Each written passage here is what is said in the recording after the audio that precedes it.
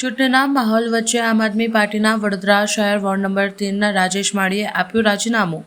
આજે મેં આમ આદમી પાર્ટીમાંથી રાજીનામું આપી દીધું છે, જેનું કારણ છે કે દિલ્હીની ટીમ જે આવે છે એ દર વખત ઇલેક્શનમાં કંઈ ને કંઈ ગતકડા કરે છે, જે કેટેબલ નથી એવા લોકોને ટિકિટ આલે છે। એના બહિષ્કારમાં આજે મેં રાજીનામું આપ્યું છે અને વડોદરા શહેરની પ્રજાને હું કહેવા માગું છું, હું કોંગ્રેસ કે ભાજપમાં જોડાવાનો નથી અને આમ આદમી પાર્ટીમાં નથી જોડાવાનો।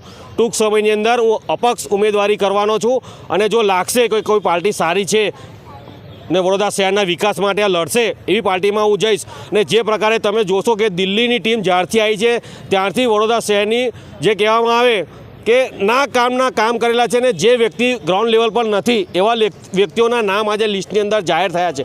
અને હું મારી રાજેશ અહીંથી હું એલાન કરું છું કે વડોદરા શહેરની અંદર જો આમ આદમી પાર્ટી 76 છે, 76માંથી એક બંધ જણની બી ડિપોઝિટ આવશે ને તો હું ટાલ થઈ જઈશ, કારણ કે જે પ્રકારનું અત્યારે ગ્રાઉન્ડ લેવલ છે બિલકુલ છે નહીં। અને જે પ્રકારે દિલ્હીની ટીમ આવે છે, ટ્રેનની અંદર જાય છે, પ્લેનોની અંદર વાપરે છે ચાલુ ફોન અને આઈફોનો લઈને જાય છે અને ચપ્પલિયા પહેરીને આવે છે અને રીબોકના બૂટો પહેરીને જાય છે। એટલે વડોદરા શહેરની અંદર આ લોકો એક ઇન્કમ ઊભી કરવા માટે આવે છે। અને હું કહેવા માંગીશ આમ આદમી પાર્ટીના તમામ કાર્યકર્તાઓને, શું વડોદરા શહેરની આમ આદમી પાર્ટીમાં એવો કોઈ કાર્યકર્તા, એવું કોઈ નેતૃત્વ નથી કે જે વડોદરા શહેરને સંભાળી શકે? તો આ લોકો દિલ્હીથી આવી ટીમો મૂકી રહ્યા છે। જે પ્રકારે વડોદરા શહેરની અંદર આ ટીમો દિલ્હીની આવેલી છે એ વડોદરા શહેરનું જે કહેવામાં આવે સેટિંગ કરી અને પતાવી દેવાના ફિરાકમાં આવી રહી છે।